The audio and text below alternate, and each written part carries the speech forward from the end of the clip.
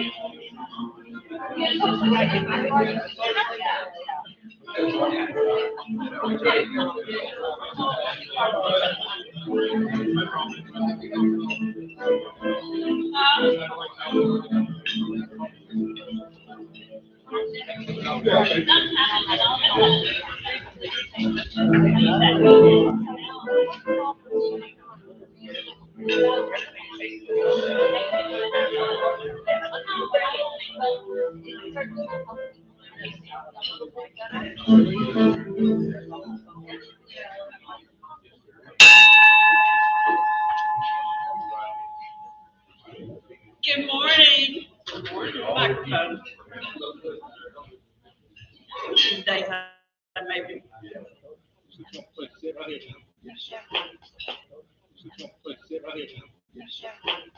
Hello. Hello. Hello. One of these days I may remember to start out with this thing in my hand. Good morning, everybody. It's so great to see you today. I mean, this is just about the most gorgeous sight. So many really make it special, and the good-looking girls are just fabulous compliments to them. Katie, Rochelle. I mean, we have some beautiful people. You know, don't be ashamed to tell them, boy, you're beautiful. Everybody needs to hear it every once in a while. And just real quick, before I get into all the meeting stuff, I'm Pamela Walters, president of the Tyler Rotary Club, or the Rotary Club of Toby. Blown away that you came. So if you get a chance, put it on your calendar, June the 26th. June the 5th, okay. Sometime in June, you know, it's a long way off. Yeah. So anyway, hopefully you won't have too much on your calendar. But if you will, turn off your cell phones so I don't have to send you to the principal's office. And if you would, help me give a hand to our incredible pianist today, Stephanie Bassett.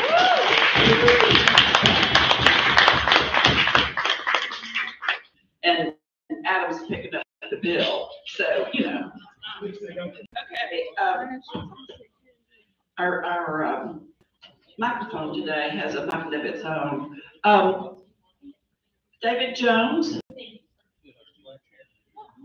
our past president, David Jones, is going to lead us in the Pledge of Allegiance and National Anthem, and if you'll stand up, we'll all do that right now. Join me as we salute the flag, please. I pledge allegiance to the flag of the United States of America and to the republic for which it stands, one nation.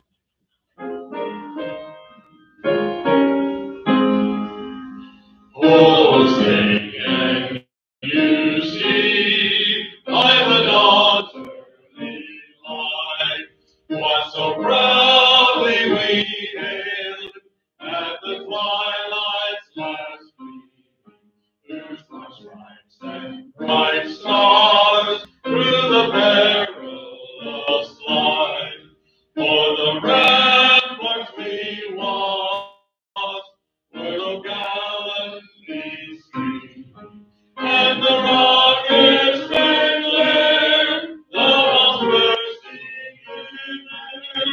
in air,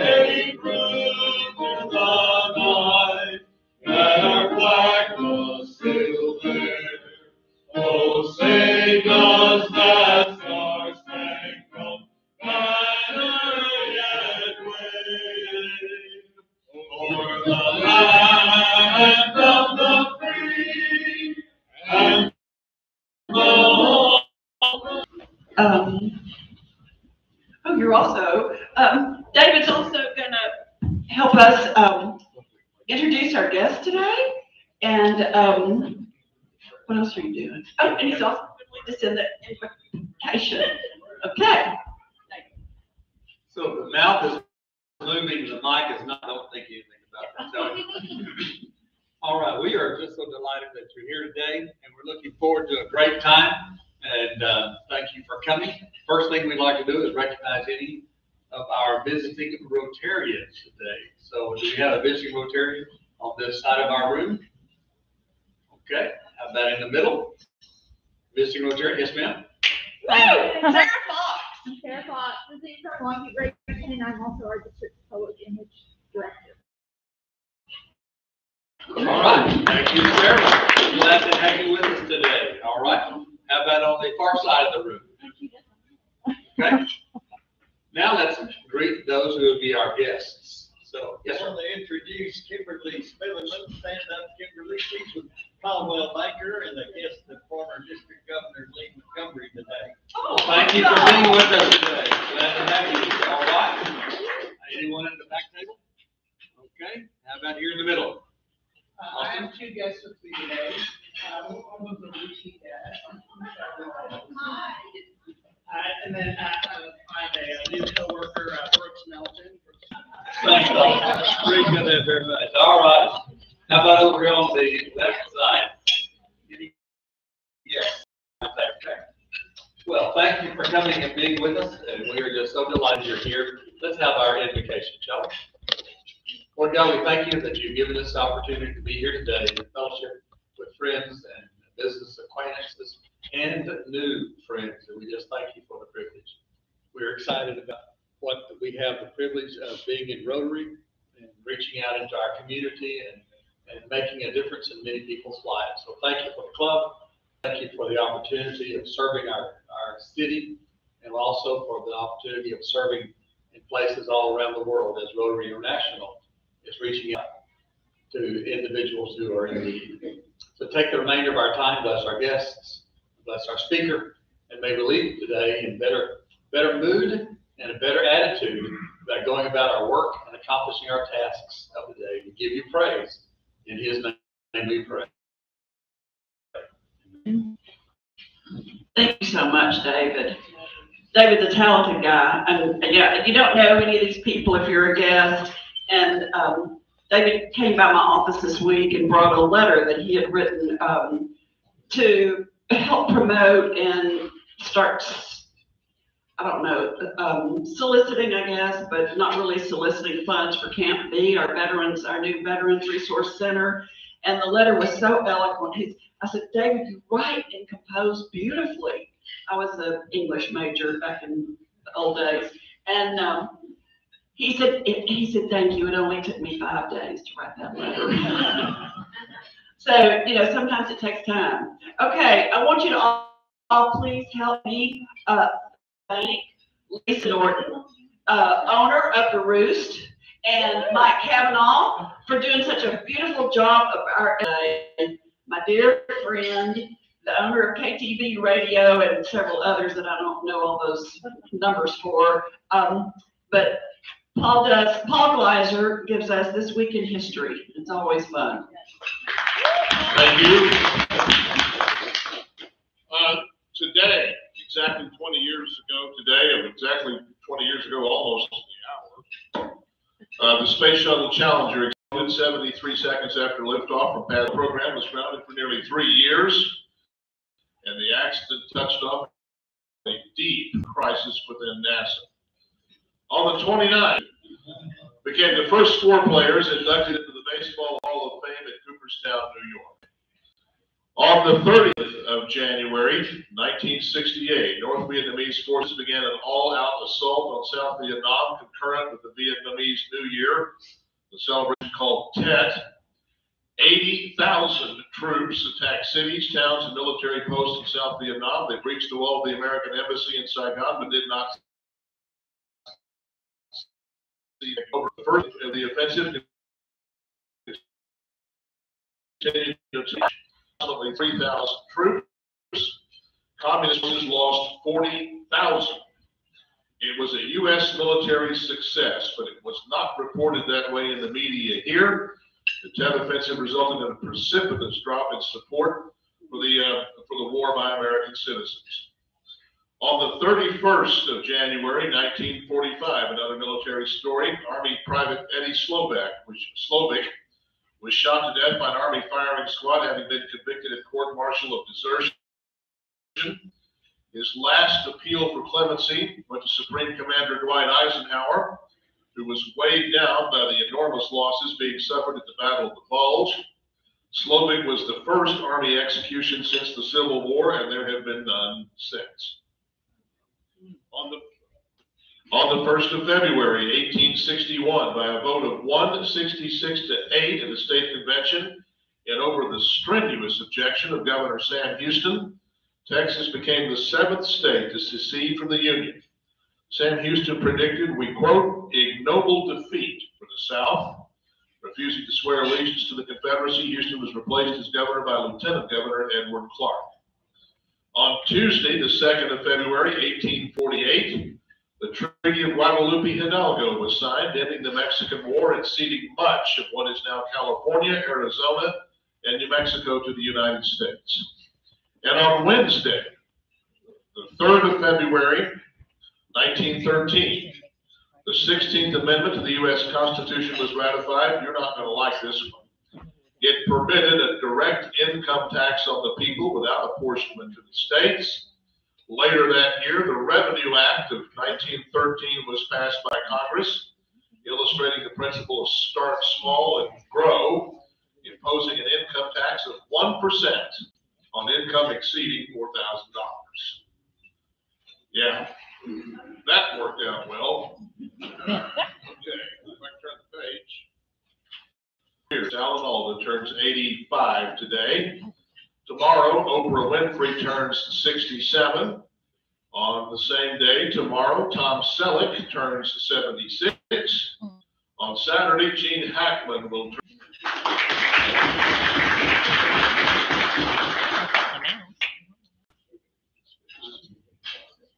Okay, thank you, Paul. Did y'all enjoy that? Yes. It's always, I mean, who remembers the day the Challenger crashed? Who felt it? I mean, I was in my kitchen, and I had just built a fire in a fireplace, and when it exploded, the fire blew out of our fireplace. I mean, who can even imagine but everybody I've ever talked to here felt it and can remember that day. Very sad day. Anyway, thanks again, Paul. Okay. Now it's time for King Ramey. And I don't see Mary. She's not. Do you have an assistant? Jennifer. Oh, Jennifer. Jennifer Dobbins. They will announce our outstanding high school student. Thank you, President. Oh, sure. Today, the Rotary Club of Tyler has the honor of recognizing 2 outstanding seniors from Tyler Legacy High School, formerly known as Rotary League. Joining us today from Tyler Legacy High School is Dr. Dan Crawford, principal. Thank you, Dan. Thanks a lot for being here. Our first senior we will hear about is Caroline Richburg. Caroline, come on up.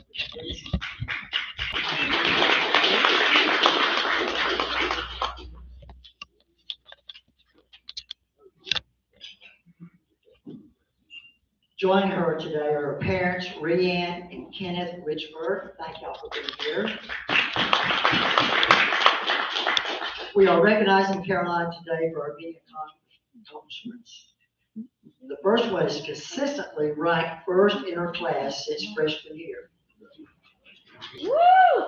Being named captain of her school's varsity swim team for the past 2 years. Breaking her school's 100-yard butterfly record 4 times. Wow. Being named an AP scholar with distinction. She plans to attend the University of Texas at Austin.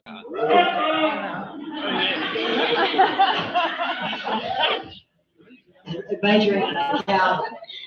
Congratulations.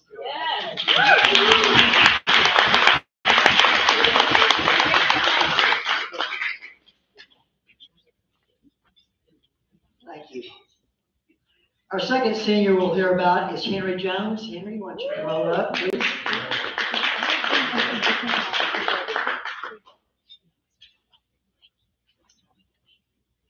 Joining Henry today is his mother, Shanna Steele, and she's also the counselor at Tyler Legacy High School. An emerging leader participant, College Board National Recognition Rural and Small Town Scholar, Academic Pentagon, in first place engineering team, big name, an AP Scholar.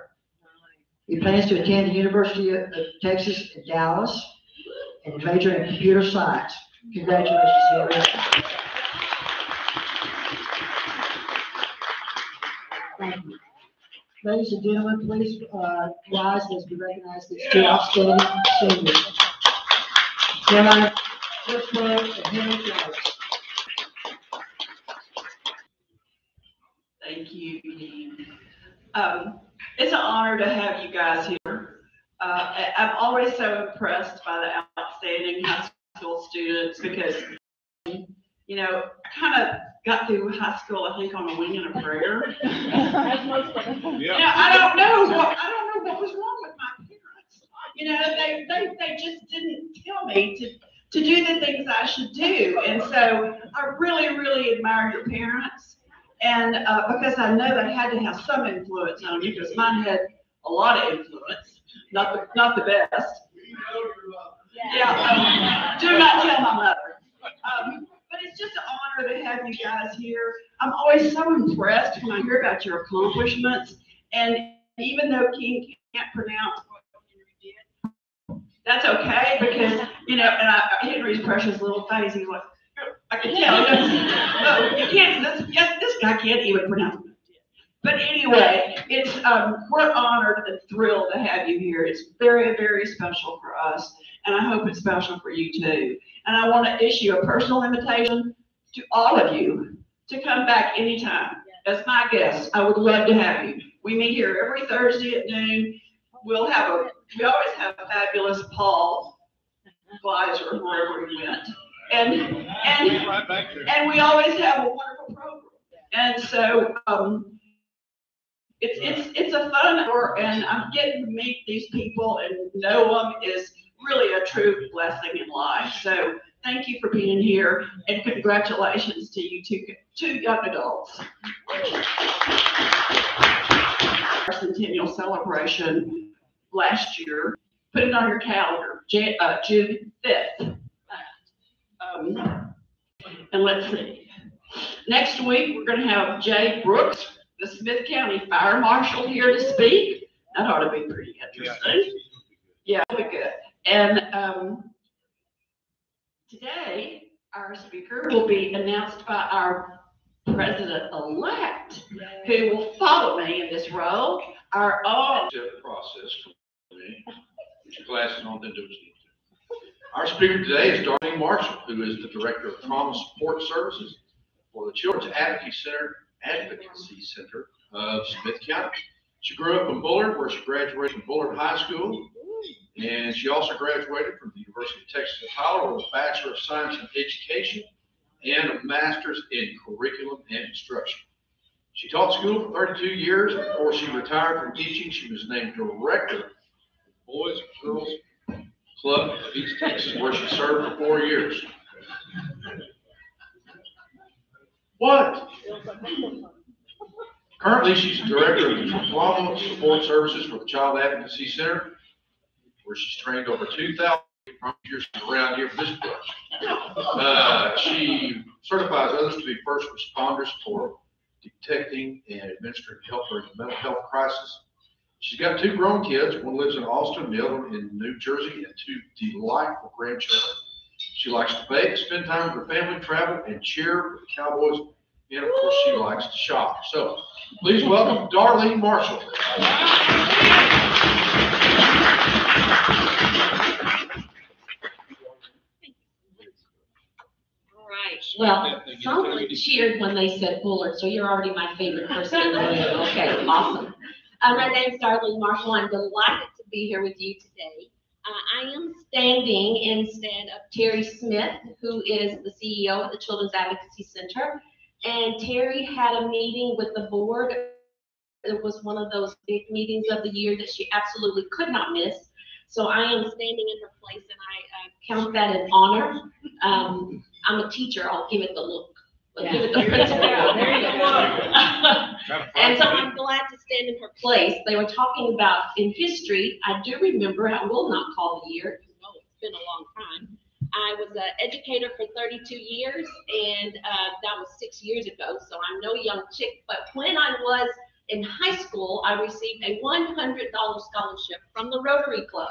And so I will never forget that. And I thought it was what a neat thing. And these young people are going all over the place. Let's see if that worked. It didn't. Oh, I think it's just the way you tilt it. So congratulations to the young people. I'm an educator at heart.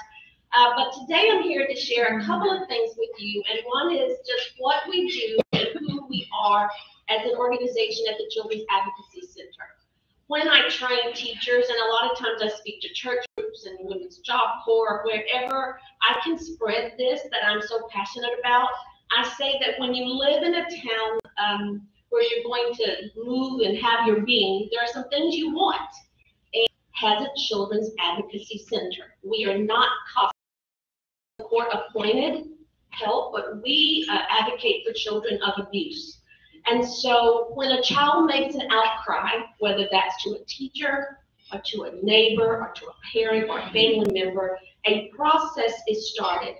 And I think the best way to kind of share what it's like is to introduce you to someone who has experienced abuse and let you kind of hear it from her story, and then I'll take it up from there, okay?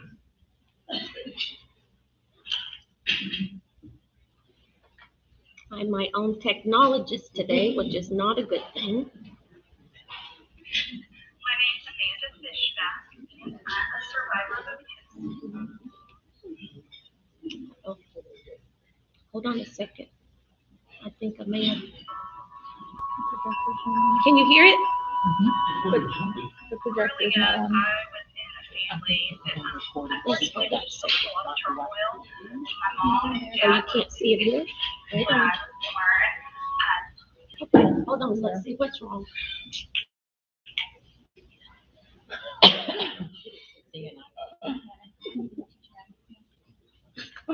Did y'all test it on the projector earlier? Yeah, we did test it earlier. Not sure what's going on, but let's try. Sarah can fix anything. Awesome. It might have turned on for some reason. Connected to you, but It is.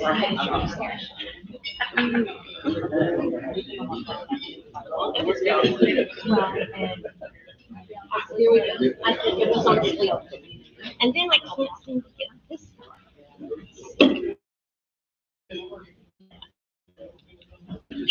Yeah, it should be. All right, let's try it again. If not, I can. Oh, There we go. Yay. Can we dim lights in here? That would be great. that might really help us.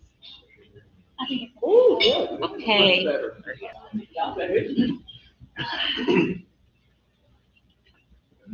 Yep. Okay, so let me just do this. Children's Advocacy Center, let me just tell you a little bit about what we do.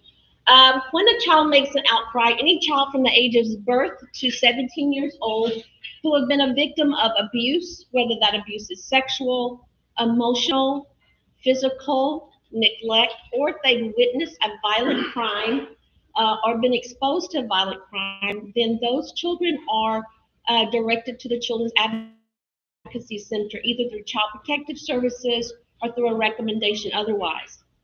Once they come to us, what we desire is for a child to tell their story only once. There was a time when a child had to repeat over and over and over what had happened to them. But now we have a one-stop place for children to come and share exactly what has happened to them. So on our staff, we have therapists who, once a child makes an outcry and the forensic interviewer has interviewed that child, they can start the healing process. It's one thing to make an outcry. It is a totally different thing to get help so that it starts to change your mind. You don't feel the guilt and the shame of having an experience that you should never have had. We have a nurse practitioner on a staff at the Children's Advocacy Center. Some abuse cases need a medical attention. So we have someone that's there full time. Family victim services, when people come in, a lot of times a mom might be fleeing a spouse or a boyfriend or whatever that situation is, and they need a place to stay. They need diapers, they need wipes, they need a onesie, all kinds of things. We meet them at their point of need and we serve them in their situation. Our forensic interviewers are skilled in knowing how to ask children questions without leading them on. So you would ask a 4-year-old totally different set of questions than you would a 14-year-old. On the other side of that forensic interview, there's the law enforcement and caseworkers watching and listening to that interview so that that child gives a specific detail that helps them to apprehend that child's abuser, then they have that detail. But leading that child on could get that case thrown out of court. So what they do and how they do it is vital. And then we also have community education. Many schools in Smith County get a visit for every grade level when they're allowed to come in and talk about abuse so that children understand that what happens to them has to be a good touch. And if they don't experience those things, that it is okay to share. And I can tell you that ed schools have spoken with so many kids, and those kids now feel empowered to reach out and tell someone about their abuse. And then we have trauma-informed schools, and I'm going to tell you a little bit more about that. I'm the director of the trauma-informed schools, so I'll tell you a little bit about that as we go on. All right, so let's see now if I can pull up my video again. Let's see what's it. Maybe push escape. Let's try that.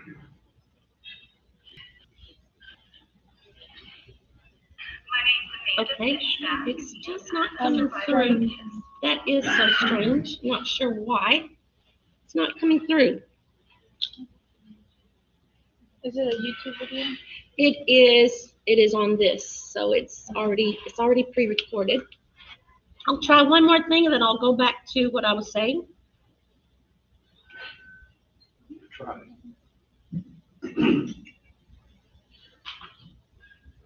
Well, when they said we won't have any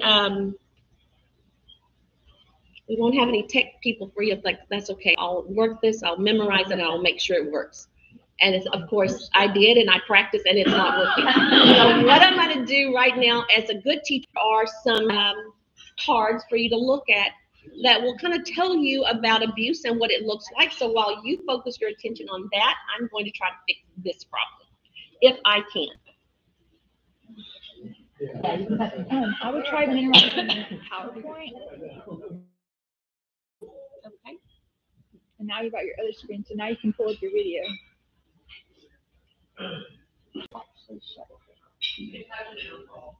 There it is. Okay. Like I said, what good teacher would do. All right, now I think we're back on track. This is Amanda's story.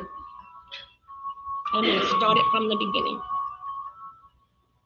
My name is Amanda Fishback, and I'm a survivor of abuse.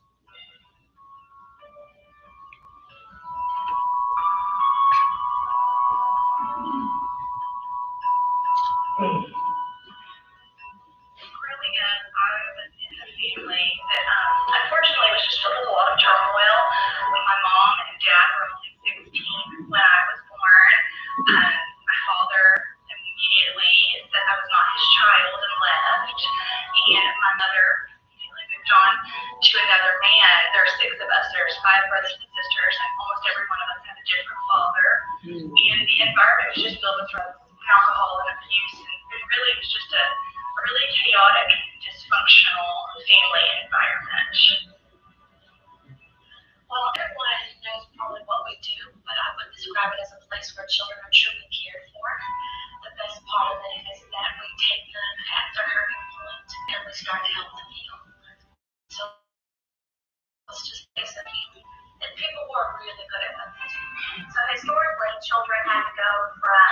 agency to agency, CPS, law enforcement agencies, district attorney's offices, hospitals. So we like to have all of the agencies here on location while the child is interviewed by one person, and then that interview is shared with all of our partner agencies in efforts to minimize trauma. I was 4 when she married one of my stepdads, and we moved to his home, and right next door was his father and his mother, and his grandfather was the first person that I can recall. Was very abusive. He was very controlling in the things that he said. He would come into my home when I was sleeping at night and do things. He would bring me into his home, and there was a little kind of room, garden area that he would take me and my siblings into as well to do things. He would just threaten, which is a very normal thing. He would threaten that if I ever said anything, that he would hurt my mom or hurt my siblings. As a kid, I had that natural responsibility thing that I wanted to protect my brothers and my sisters. The first time that someone noticed was I was in kindergarten, and the kindergarten teacher recognized that she recognized some of the signs, and a lot of times there are signs, we just don't necessarily want to see them. But she saw these signs, and she called Child Protective Services. As a family advocate, we meet with the families when they first come to our center. We are able to have the children play out in the lobby while we visit with the protective caregiver. During that time, we're able to explain to them exactly what their days are going to look like while they're at our center. The world's been turned upside down, so there might be several resources that they might need, from transportation to housing to food to medical needs. If there is a medical forensic health exam that has to be done, we work closely with our nurse practitioner and our nurses that are on staff that are able to perform those exams for them. My rooms are separated as superheroes. I think that every child I see is a superhero. I tell them how amazing they are, and I'm proud of them I am, and it takes a superhero to go through what they've gone through. If the case becomes criminal, then we also walk with that family as well, as it becomes closer to time for that child to appear in court and to face their perpetrator. We have a kids support program that helps educate that child, and so they're very prepared when they go into the courtroom to know where the judge is going to be, what the jury is about, where the perpetrator is going to be, and what the rules are in the courtroom. And so that really does help. They brought me in to this. It's a building very similar to y'all, because I had walked into y'all and I was like, oh wow, even as a 6-year-old, I could remember what that was like walking through those halls, and then the smaller kid room that had like the dolls and the teddy bears, and I remember them taking me into that room and handing me this doll, and they were able to calm me down and make me feel comfortable and make me feel safe. And they showed me some things on the doll, and they asked me on the doll, they said, could you please show us some of the ways that your grandfather, where he's touched you, or what are some of the things that he's done to you? And that was a real, I don't know, I felt safe doing that on the doll. It wasn't me saying, this is what he did, to me. And so I was able to share that. And it turns out he had been doing this to over 20 kids in our immediate neighborhood. As a society, we do a great job in teaching our children stranger danger. Do not go with strangers. Do not talk to strangers. Do not take the candy from strangers.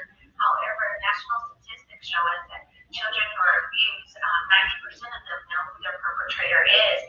60% are going to be friends of the family. 30% are going to be family members, with only 10% being strangers. Justice and protection are a very important part of the healing process. Obviously, feeling safe and secure is a big deal. But therapy, when a child, first, when they recognize that what was going on with them, what was happening to them was not okay, and it was not all right, and no matter what they were told, they didn't deserve it, and it wasn't their fault. That doesn't have to shape their future. I really love that the children